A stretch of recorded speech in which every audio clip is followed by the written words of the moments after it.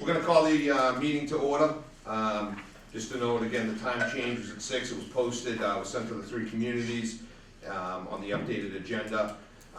So the first item on the agenda is executive session to conduct strategy session in preparation for negotiation with non-union personnel of the land use administrator, the treasurer, and we will reconvene in open session tonight. Do we have a motion? So moved. We have a motion. Do we have a second? Second. We got to do a roll call vote on this. Yep. Kevin? Yes. Brittany? Yes. Kelly? Yes. Yes. Dave? Pat? Yes. Yes. Yes. Yes. Okay, that's unanimous. We'll be going to executive session. We asked that. So next on the agenda, we have minutes, May 1st, 2019. We have a motion. Move they be approved. We have a motion to approve. We have a second. Second. Second. All those in favor? Aye. All those opposed? And one abstention, Pat abstained. Yeah, you were. Oh, the recording secretary's not here. I got that back there, so. I'd like to, the next item on the agenda is the agreement. We should probably. No, I don't know. Go. Chair McDowell. Are you looking for the secretary? Yeah, Okay. thanks, Carol. You want to brief you on that, or you want? Yeah, go ahead. Yeah, so next is the agreement of parkway maintenance between the SRA and the Southfield Landowners Association. Attorney Galvin's going to give an update on that real quick before he leaves. Sure. When we last met, or I met with a couple of members of the SRA, we were going to have a conversation with counsel for the Landowners Association, who's Tom Moriarty. Tom and I have spoken, but I've also spoken with his law partner, Chris Malloy. The firm represents the Landowners Association. And we've begun the process of discussing some of the things that we could do with respect to Washington Capital. But the more immediate matter had to do with the timing of the existing agreement. And last week, midweek, Chris Malloy called me and proposed that we extend the agreement in all of its terms by 1 month, so that the Landowners Association wasn't forced into a position where they had made a decision whether or not to terminate the agreement. So I felt that was a reasonable request because we hadn't had a chance to meet in person.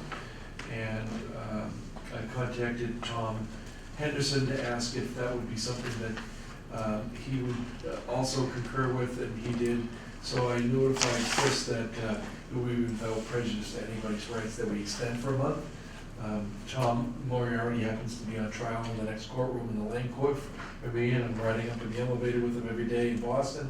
And he and I both have said as soon as he's done with his case, which will be Monday, and I'll be done tomorrow, we intend to sit down again and see if we can hammer out something a little bit longer term than a month. And I can warn him what the consequences of a termination would be. And I'm confident if there's some cooperation with Washington Capital that will avoid such a circumstance.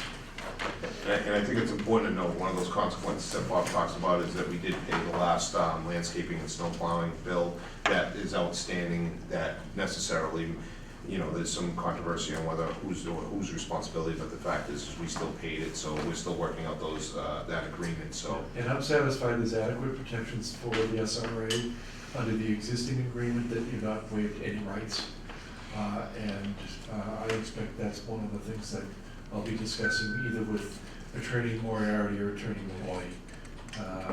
I've kind of given some of you some of the thoughts I had about how to preserve what we believe might be owed, and thought about some ways to have it constructively repaid, and I'm optimistic that they would consider that.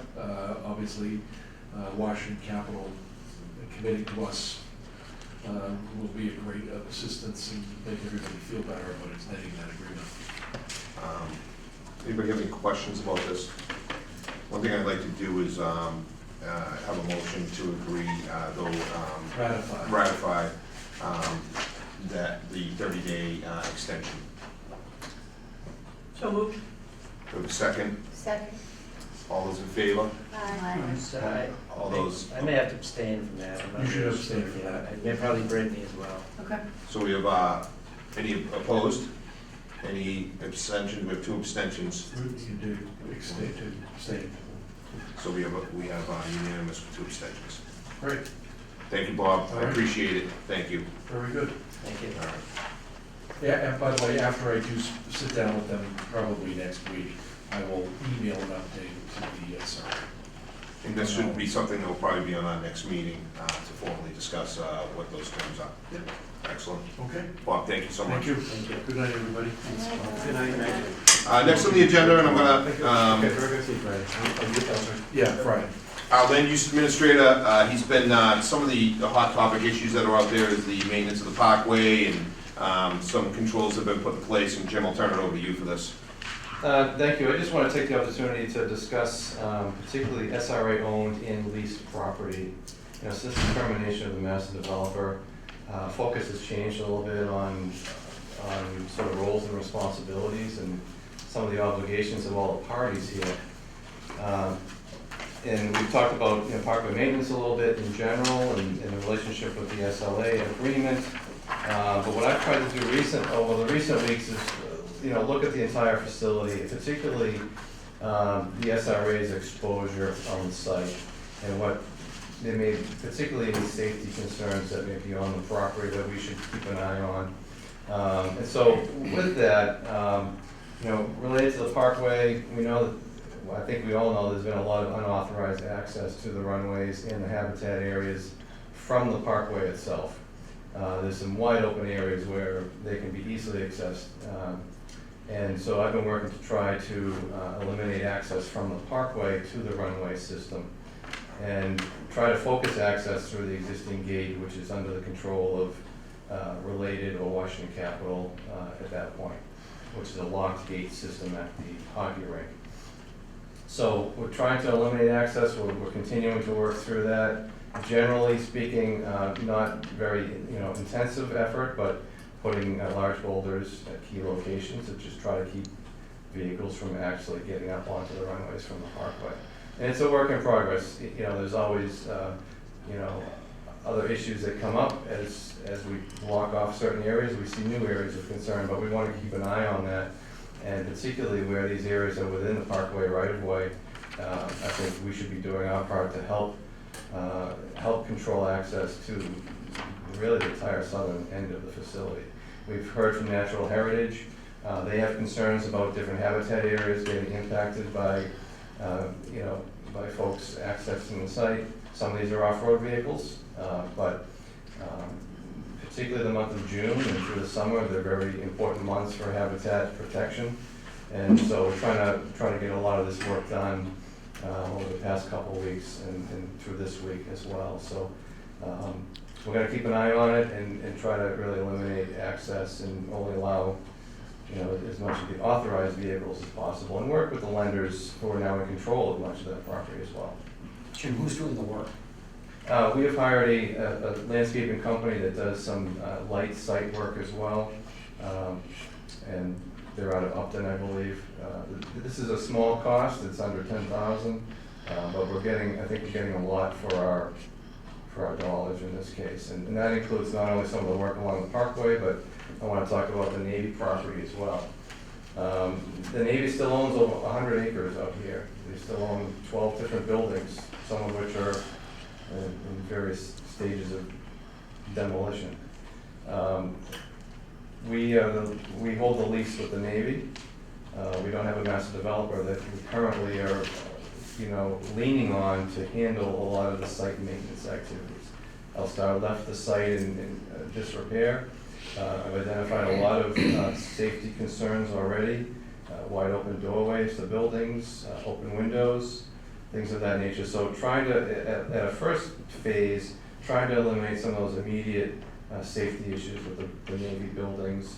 We've been out there resetting some of the temporary fencing, removing some of the temporary fencing that doesn't even need to be there, it's falling in the roadway. So anything that's, again, on SRA owned or leased property, we're really trying to take a close look at that and monitor that through the summer months where we know there's going to be a lot of activity on the site.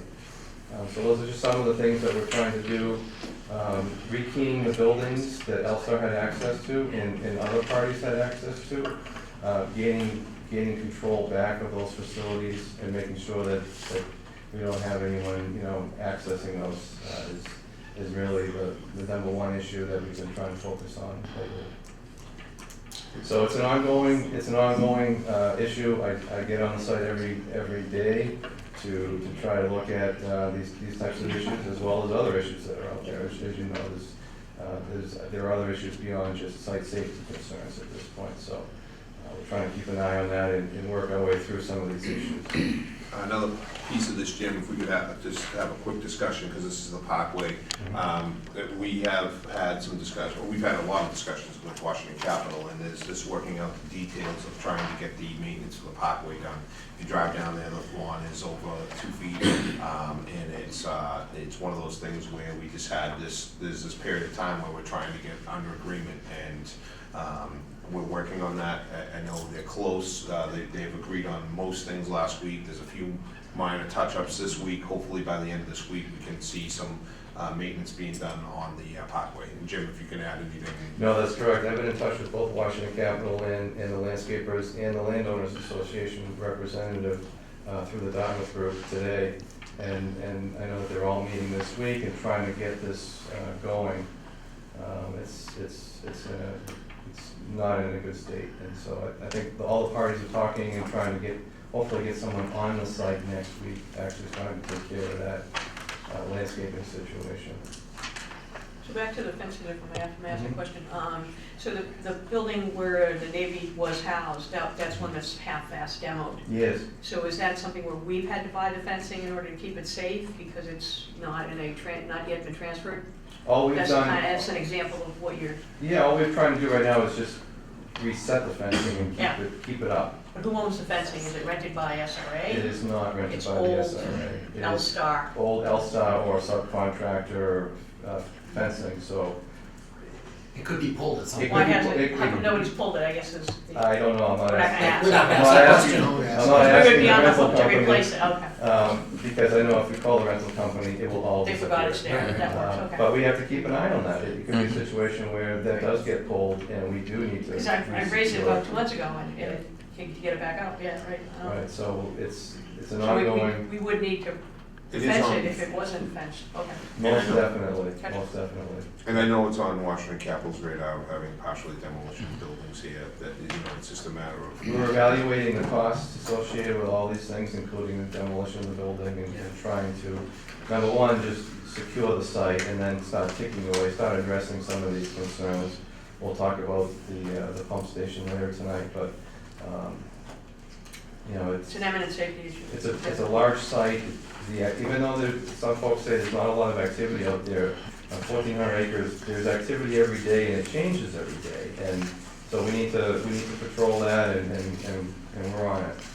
So. Excellent. Anybody have any questions on facilities on this item?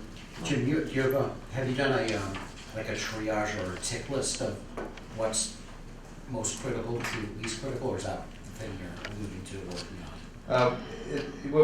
It's a work in progress, particularly because it's different owners, different properties. I get that. But we're working through But as that now. holistically, Yes. you need to take a snapshot of.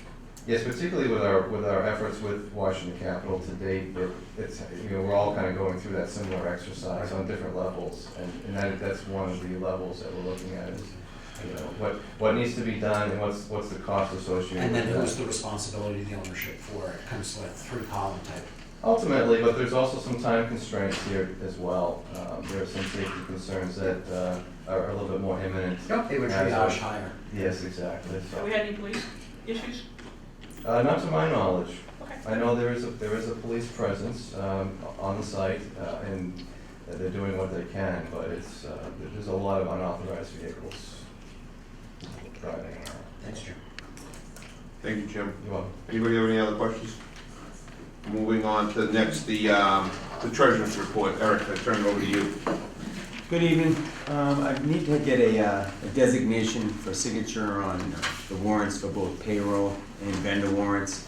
There's a form before you, which is the one that needs to be signed, not each individual one that's in your book, but we've got a set. I need you to vote a primary signature and an alternative signature for both payroll and warrants. I suggest you choose people who are local and available to sign them, and that'll prevent us having to try and call everybody in as a majority of the board. Lindsay, now that she has left Pat with quite the burden of trying to get here and sign these warrants, which is unfair to her.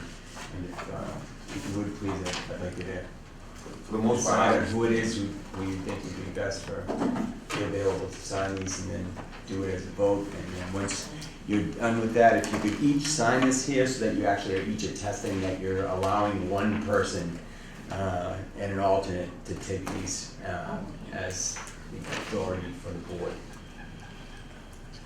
just as chair, I have no problem around and available. I can spend time in here enough.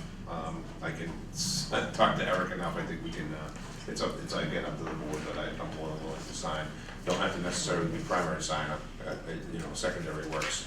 If somebody wants to be a primary that's around, it's more than works. How about if we do 3? Would that work? In other words, if one isn't there, the second or third one can do it? You could do that. I'll have to redo the form. We haven't had really much of an issue as long as there's been 2. This has been my issue. That's- Yeah. You want to continue to be primary, Pat? For payroll, sure. Yeah, redundancy's not a bad thing. If you want to go to the third, that makes sense. Just so you don't have to keep. I make a motion that Pat be the primary and the chairman be the secondary. Second. We have a motion and a second. All those in favor? Aye. All those opposed? That's unanimous. Okay. Thank you, Eric. And we're passing this right down. That's Get fine, it signed for you right now. And then if you could sign on the bottom there for which one is primary and alternate, as well as where you sign above, that would be great. Thank you. Sign this right now.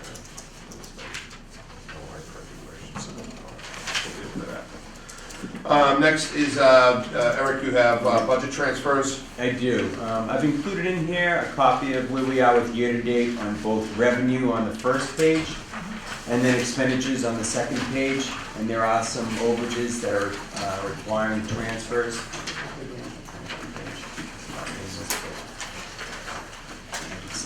Keep going. Oh, it's after it's completely. So we're getting everything. Okay. So with that, I'm looking for some transfers between some of the accounts in order to cover overages. The first one is transfer from accounting assistant to treasurer's salary for $11,434.50. In the absence of having an assistant, I'm putting in additional hours this year. In order to make it through the end of June, I need a transfer to cover those additional hours. Okay. You want to do those I can individual go votes? through it all at once if you'd like. and- Okay, just go through it all and then we can Yeah. vote it afterwards. The next one is a transfer of $2,000 from the recap assessment and professional to other professional services. And this is to cover the cost for RKG, for the redevelopment plan financial analysis. After that, there's $1,032.45 from IT equipment to municipal support. I need additional support for my conversion of the accounting software this year from Munis to the Cougar Mountain software. This, in the long run, will save us tens of thousands of dollars each year moving forward. And next, transfer of $72.20 from housing coordinator services to planning engineering services. There was a peer review for sewer capacity increase of $5,500, bill that was unforeseen, as well as we had reduced this line item in FY19, thinking that the master developer was going to be picking up a large portion of this for your agreements with them last year. That has not been the case. This line item is now being put back to a reasonable amount, as you'll see in the FY20 budget, but this left us short in the FY19 budget. And the last one is a small transfer of $100 from Social Security tax to unemployment benefits of $100. And those are the votes I need for 19 to clean up us for now through the rest of this fiscal year. Does anybody have any questions about the transfers? Seeing none, do we have a, do these require individual votes or can it be voted as one? You can vote as one. Okay, do we have a motion? I'll move we approve the transfers as delineated and recorded by the treasurer. I'll second. Second, all those in favor? Aye. All those opposed? That's unanimous. Thank you, Eric. Thank you.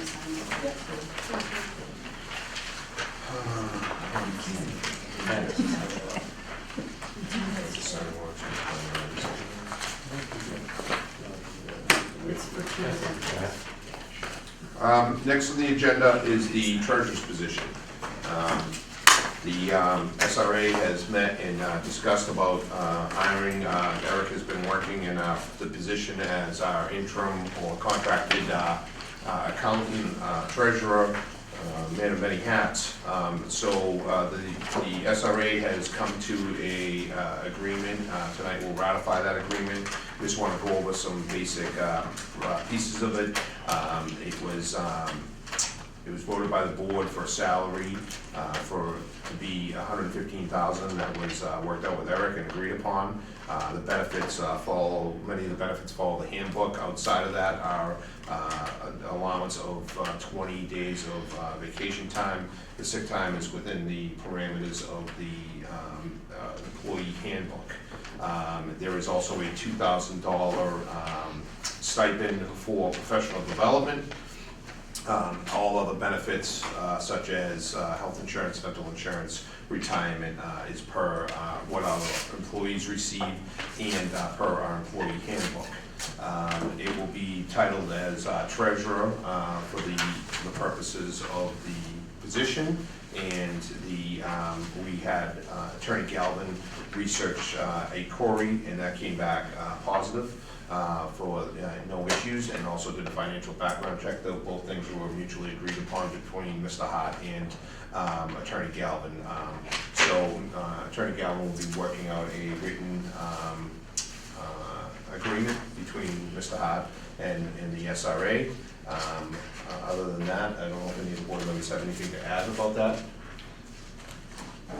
The 2,000 was a reimbursable professional, not a stipend. Yes, I apologize. Thank you. That is my understanding as well. Thanks. And again, just before we vote to ratify, I just want to say the work that Eric's done to date. I thank him, and I'm looking forward to engaging Eric to work with the SRA. His diligence and attention to detail to date, reflects upon moving us forward, and I'm looking forward to the future of this organization, Eric being part of this team. So from there, I move to see if we have a motion to ratify the agreement. I make a motion to ratify the agreement. We have a second? Second by Chris. All those in favor? Aye. All those opposed? That's unanimous. Thank you, Eric, and Thank you. that also kicks off on July 1st, so. Welcome aboard. Yeah, welcome aboard. Jump in. Again, The next item is the land use administrator. This will be continued to our next meeting, to the June 21st meeting.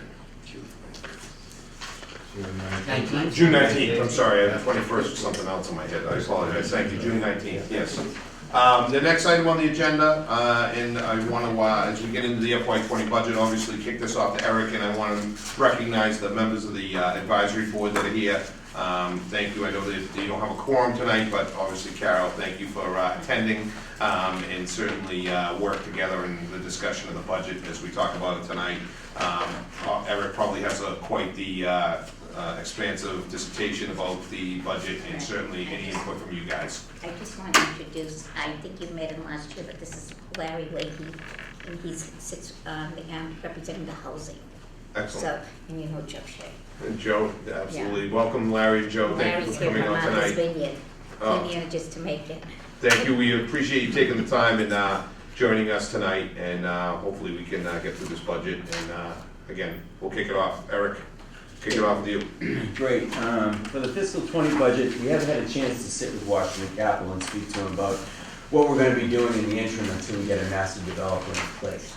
And what we've tentatively agreed upon is the fact that they would be willing to reimburse us on a month-to-month basis for our expenditures on an actual basis. So this has not been set in writing yet. I'm going to be sitting with Attorney Galvin on Friday to discuss how we write this up to make sure we don't take away any of our current rights under the agreements that we had in place through our DDA. And I want to make sure that we don't step on that in any way. With that being said, the advisory board has a chance to go through this and make a recommendation to move it forward to you. You've got several sets of documents in front of you. The first one is estimated revenues, and this here is put to you with a projection for FY19. The actual year-to-date that we've collected so far, we actually have done it well with collecting our revenue this year. The pledged revenue and assessments from the town of Weymouth has actually exceeded what we had actually originally thought we were going to take in, basically due to timing from prior year stuff coming through this year. You also have a developer fee that came through. That was actually a late fee from the prior year from L-Star that came forward. We are getting more earnings on investments than I had originally thought. I have changed banks in order to maximize the amount of interest that was available after shopping around. And we did get 3/4 of our district tax levy from the towns, from the town of Weymouth, and in full from the other towns. I expect the final quarter from Weymouth to be coming shortly. The next page after that is the appropriations. There's actually 2 pages of that, and before you is the budget for FY19 that had been adopted, the actual year-to-date expenditures through April, the advisory board's proposal for FY20, and then the board of directors' proposal is the following column after that I'm looking for you to approve. There is a change on this one from the advisory board's proposal, and that is before you, if you take a look on the last page for water and sewer fund, after speaking with Jim, he had made it clear that there are some serious issues that we need to make sure gets taken care of for a backup generator, which is going to cost $41,000, and a concrete pad and a pump station control panel. Not all of these were addressed when I brought it before the advisory board, so that they had only voted at $30,000, but I've had a chance since to meet and speak with Jim on this here, which is bringing that amount up to $82,000. The highlights of the appropriations that you see before you for changes, if you want to go back to the first of the long list of appropriations, are fairly level, board of directors, level, executive office, level for the reserve fund. The increase in the finance is primarily the increase that I have for going for full-time hours. The special counsel is going from $50,000 to $100,000 since we are going to be losing our general counsel as our executive director. There is a decrease in informational services. As I told you, we've been working towards decreasing the amount of the financial software's expenditures. The planning budget is increased for, the other professional services has shown an increase of there. As I had mentioned to you earlier, we had a shortfall on that this year. Pension benefits and insurance, this is you'll notice is a large increase here. This is based on the full staffing, and this is strictly budgetary for this point. As we move forward, we'll be looking at the expenditures will be very similar to what you see in FY19, and as you authorize increases in staff who actually be hired, this would be the full impact of what you see in the final column there. Maintenance of buildings fairly stagnant.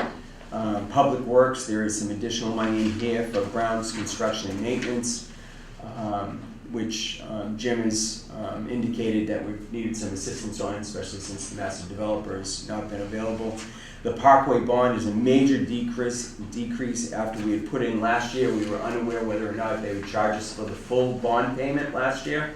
And this year, after speaking with them, we believe that the maximum exposure that we will have on the Parkway bond would be some sort of a amortization of the deferment. And this was a figure that we were talking about with them. We still have not got a definitive answer from them on what this would be, but this is what they believe the maximum exposure would be, is the $200,000. And then you have the final line item there, which is the infrastructure bond of the 1.179,831.25, totaling $2,747,57.25, and being paid for, as you would see in the first set of pages on this here, by the projected revenues as such. And what I'm looking for here is a vote, which is on the very final page here, the approval of the appropriations. And if there are any questions, I'll entertain them now. as well as, I know that I've given you a chance to look at these. I sent them out prior to the weekend, and I did get some questions and some visits from board members as to several of the line items. I appreciate the feedback and the questions, and if there are any questions, I'm open to them. If not, I would appreciate someone, if they could read it in and make a motion on the proposed. If I could, before we get to the SRA board, ask the advisory board, they put the work into this, and they can probably answer any questions. Certainly, any comments you may have, Carol, would certainly appreciate it. Well, the advisory board spent quite a bit of time going through every line item and asked a lot of questions. And we're satisfied with this budget as of now.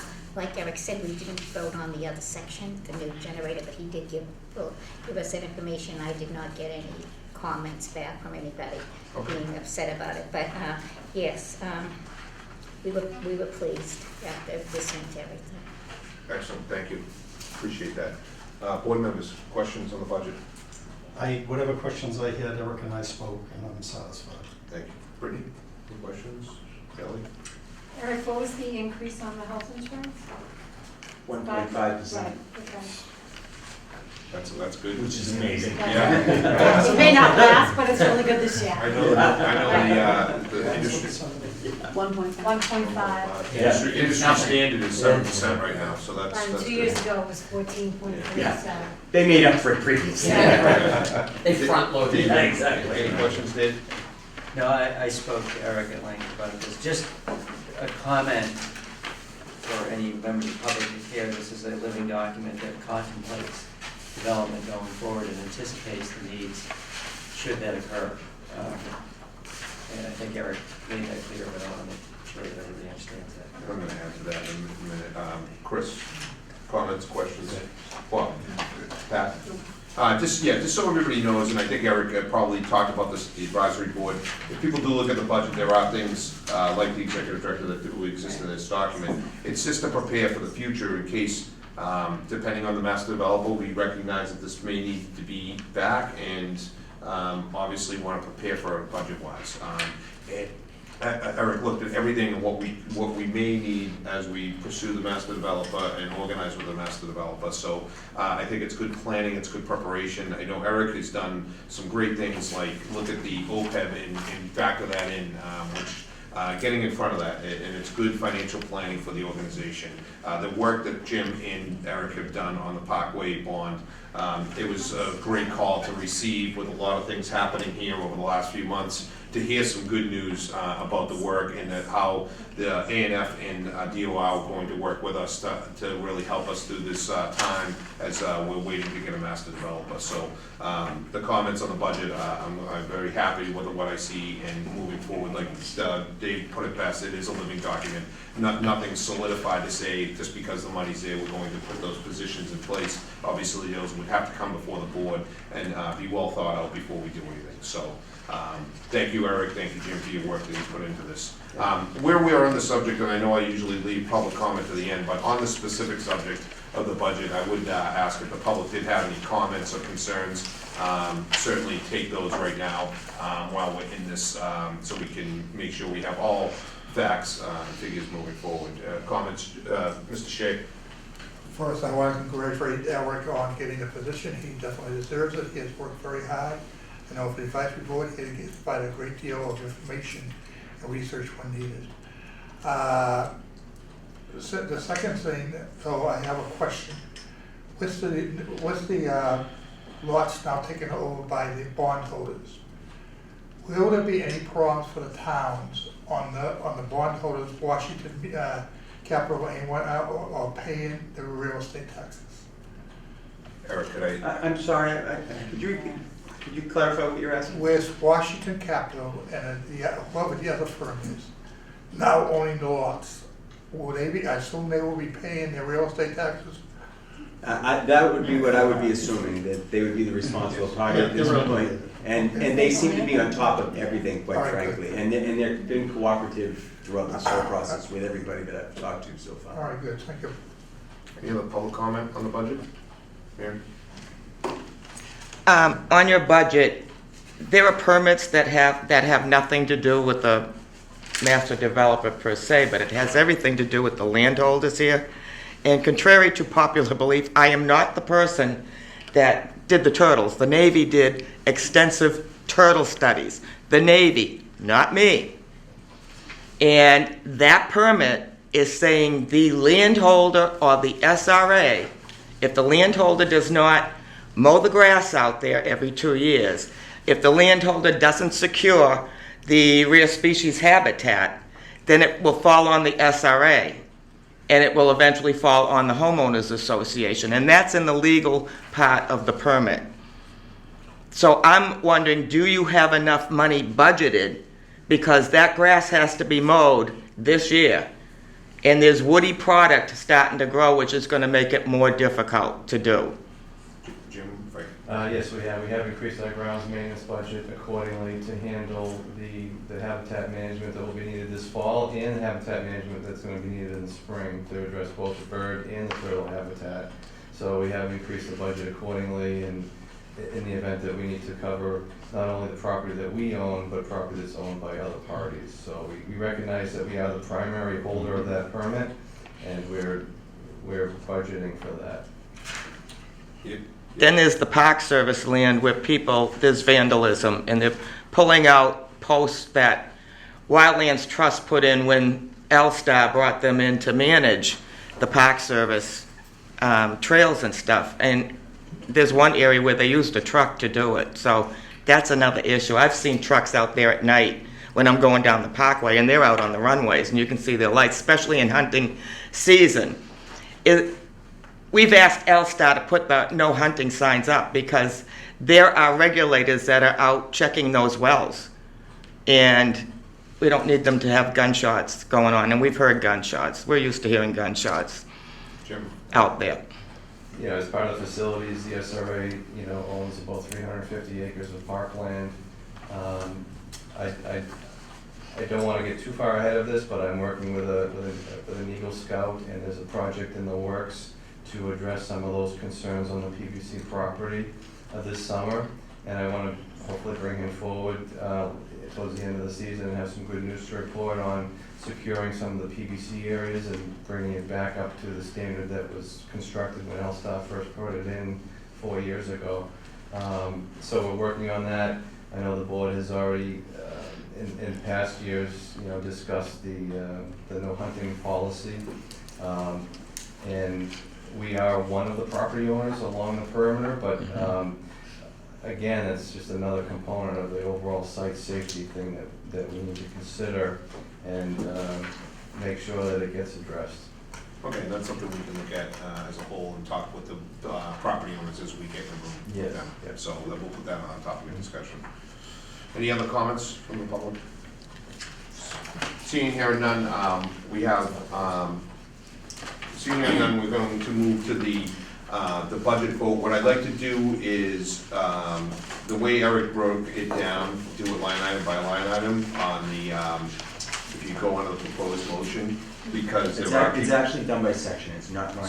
Section, I'm sorry, I apologize, Eric, so by section, just because if there's if somebody has to recuse himself from a vote, we want to make sure we do that appropriately. So I'll start with we'll just start with the proposed motion, and then we'll go each one motion in a second.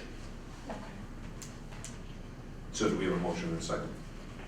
I'll move on the Board of Directors budget of $72,500.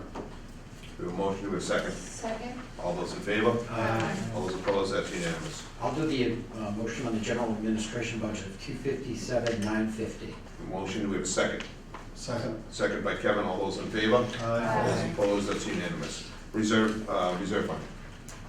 Reserve fund of $50,000. Second? I'll second that. Second. All those in favor? Aye. All those opposed? That's unanimous. Finance budget. Make a motion for the finance budget of $203,650. Second, we have a motion and a second. All those in favor? Aye. All those opposed? That's unanimous. Move a legal budget of $100,000. Second. Second, motion and second. All those in favor? Aye. All those opposed? That's unanimous. I'll make a motion for the information technology budget of $34,000. We have a motion second. Second. All those in favor? Aye. All those opposed? That's unanimous. Planning budget. Planning budget, a motion of $229,800. A motion, we have a second? Second. All those in favor? Aye. All those opposed? That's unanimous. I'm gonna recuse myself from the next one. A motion on the benefits and insurance budget. I'll make the motion on benefits and insurance budget of $361,825. Do we have a second? Second by Bob. All those in favor? Aye. All those opposed? All those abstaining? I recuse myself. So we have a 7-1, 7 with 1 abstention. Buildings? No, I recuse myself. Recuse. I didn't abstain. Yeah, I'm recused, I'm sorry, I apologize. Make a motion for the building maintenance budget of $18,501. Second. All those in favor? Aye. All those opposed? That's unanimous. Public Works? Make a motion for the public works budget of $33,500. Second. So we have a motion and a second. All those in favor? Aye. All those opposed? That's unanimous. Make a motion for the debt budget of $1,379,031.25. Second. For a second. All those in favor? Aye. All those opposed? That's unanimous.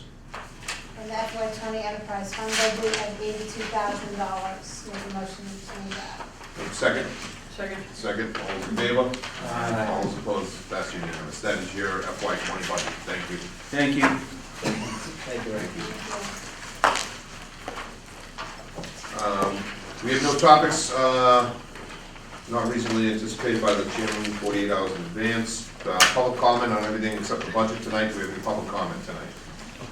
Can I ask one more question about a master developer? Is Washington Capital going to be selling the land to the master developer? How's that going to work? We're unsure of the terms right now, Mary. They're in negotiations. The banks own the property, Right. Washington Capital and related. At that point, as far as we know, they're going to go to a private RFP, which is normal. And then from there, they will go to a public selection process, which we, as the SRA, the communities, and the public will be involved in. So we don't know exactly what they're going to, they're still doing their due diligence, their research. They don't have a specific plan. They don't know how it will look. Who the master developer will be, what the master developer will be, the size, the scope, any of that right now. Shouldn't they be coming to these meetings because it is a public entity, it is a public project? It's not private, Who should like be they coming might to the think. meeting? Who should be coming to the meeting? Washington Capital and the pension fund that Well, own land. It's only the two banks right now. Well, the two banks own the majority of the land, and right now they are in communication with us and the staff, but they're just asking us questions that, as far as coming to a meeting, that we can ask them to come, but whether they show up, it's. Well, I think eventually they'll be here. I think the question is, because of the banking regulations, they have to go through their internal process now. And once that's completed, then we're folded in. One of the things I said at one of our previous meetings is, regardless, and I understand the complexities because of the regulations that they have to follow internally, once that's completed, that we will require, we have to require, it's our duty to require a public process. And so whatever they come up with in their RFP, and I think in discussions, we can feed them all the information to what you were talking about, Mary, in terms of What they're responsible what they're for. responsible for, so they can incorporate that, so there's no surprises. But however they come up with their disposal, it's not a fait accompli until we go through a public process here and actually approve it. So it will, in my mind, come down, and they will probably, to your question, will have to come before the board with how they went through their process, what their internal process came up with, and then work with us in terms of coming up with a final person. Because it's kind of strange that they own the property, but they're looking for a master developer, and they're going to be paying a person. Yeah, I think at this stage of the game, it's probably a generous term to say, from their standpoint, to say they're looking for a master developer. I think they probably have to dispose of the land to protect their interest according to regulation. But the final product of whoever becomes the master developer is still up to us. Yeah. So I think there still has to be that vetting, it still has to be in concert with the advisory board and the 3 communities as well. So I think we're going to get there, but I think it's gonna take a little bit of time to get there. What we can do is, just because it's on the agenda, we'll walk in kind of a fine line as far as how much we discuss about this, Mary. We'll look at putting a item on the next agenda, just to see, if we'll talk to Washington Capital and see if we can get an update, and maybe we can see if they can attend the meeting and give us an update on their process. Okay, because they need to know that there's a lot of documents that rule this, that the public has those documents, it's been out in the public, and it's a public entity. Yep, they're learning every day what they have, so. So we need to know what their plans are. Yes, ma'am, just name and address for the record, please. Tricia Price, 15 Woodbine Road. What's the status of the permit with MWRA for water? It seems the whole development has kind of been jammed, and developer after developer seems to have skimmed the cream of the crop, and that margin that should have been put towards the MWRA permit as the primary water source defined in the final environmental impact report. Where's the status? We'll put of this that? on the next agenda. We don't, unfortunately, this isn't an agenda item tonight, so to really get into in-depth discussion. What I can say is that the part of the legislation, it's the developer's responsibility and to bring water and sewer here, so we don't know any of the discussions that have happened with any entities regarding water and sewer. That was not involved with us, but we will work with, I'll talk with the staff and see if we can get any updates from the bank, if they've had any discussions on infrastructure, and we can report that at the next meeting. Does the, from a budget standpoint, which is why I brought it up and why I'm here, is there anything in the budget that the SRA needs to provide for to facilitate getting that MWRA water? I lost track of, Right. I thought the developers needed to bring the water and that never happened. and- It is the developer's responsibility per the legislation, so it is not the role, it's not the role of the SRA, but obviously we understand that it is a concern, and right now there is water and sewer for what exists, and obviously any new permitting would have to explore that, but no new permitting is going on right now to deal with that.